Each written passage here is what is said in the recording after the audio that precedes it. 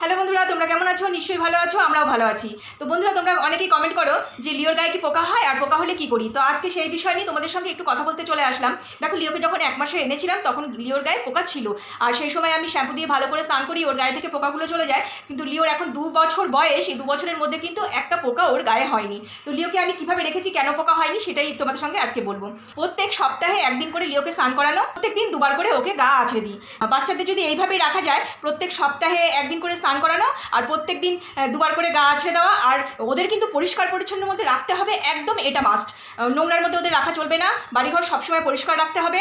ওরা তো মেঝেতে এখানে সেখানে বসে থাকে, সেই জন্য সবসময় খেয়াল রাখবে মেঝেটা সবসময় ফিনাইল দিয়ে পরিষ্কার পরিচ্ছন্ন করে দিনে 1বার 2বার করে ঘরটা মোছার, তাতে যাতে ওদের গায়ে কোনো নোংরা না লাগে, এটা অবশ্যই খেয়াল করবে। আমি লিওকে এইভাবে রেখেছি, আর আমি আশা করবো তোমরাও তোমাদের বাচ্চাদের এইভাবে রাখবে, তাহলে দেখবে হয়তো পোকাটা হবে না। আর যদি কখনো পোকা হয়েও যায়, তাহলে ডাক্তারের সাথে পরামর্শ করবে। ওষুধ তো অনেক রকমই আছে, সেই হিসাবে ওষুধ